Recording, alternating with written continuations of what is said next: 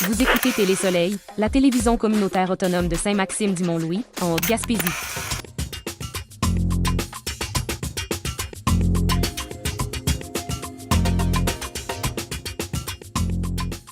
Steve Gagnon a été reconnu coupable des 3 meurtres prémédités et des 2 tentatives de meurtre pour l'attaque au camion bélier à Amkoui en mars 2023. Le verdict, rendu par le jury après 2 jours de délibération, a été qualifié de grand apaisement par la mairesse. Gagnon est condamné à la prison à vie sans possibilité de libération avant 25 ans.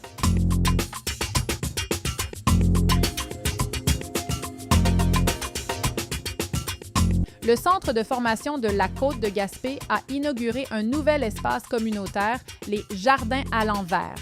Ce projet multifonctionnel inclut un potager, des arbres fruitiers, une classe extérieure et des loisirs adaptés, dont le premier terrain de boccia officiel en Gaspésie. Il vise à promouvoir l'autonomie alimentaire, l'apprentissage et le vivre ensemble.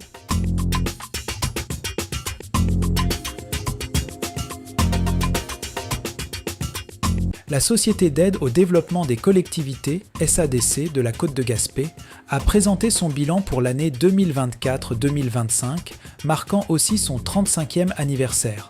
L'organisme a accordé une aide financière à 45 projets d'entreprises locales, démontrant son rôle crucial dans le soutien à l'économie et à l'entrepreneuriat de la région.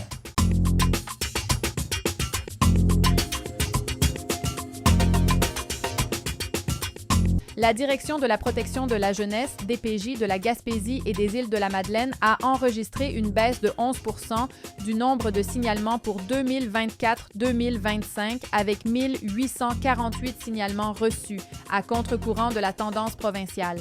La négligence reste la principale cause des 523 signalements retenus. Cette diminution est perçue comme une nouvelle encourageante.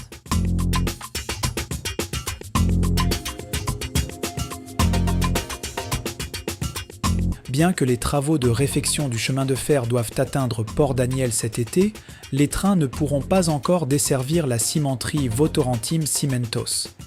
Un tunnel situé à 2 km de l'usine demeure impraticable, forçant le transport du ciment à se poursuivre par camion sur la route 132, ce qui retarde les bénéfices économiques attendus du rail.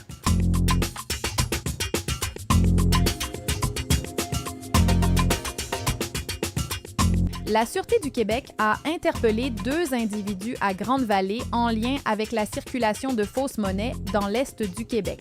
Cette opération, qui a permis de saisir des billets contrefaits, fait suite à un avis de vigilance émis le 12 juin.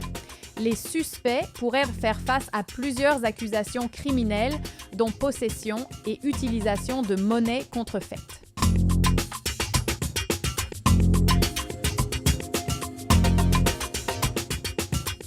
Kevin Plante, 43 ans, de Gaspé, a été reconnu coupable d'agression sexuelle et d'avoir obtenu les services sexuels d'une personne mineure moyennant rétribution. Le jugement a été rendu au palais de justice de Percé. Il a toutefois été acquitté de l'accusation de trafic de stupéfiants. Les représentations sur la peine auront lieu en septembre.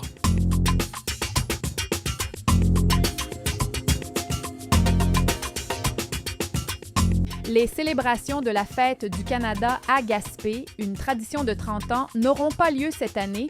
L'annulation est due à l'épuisement des bénévoles et à des coupes importantes dans les subventions de Patrimoine Canada qui sont passées de 80 000 $ à 8 000 $ au fil des ans, rendant l'organisation de l'événement impossible.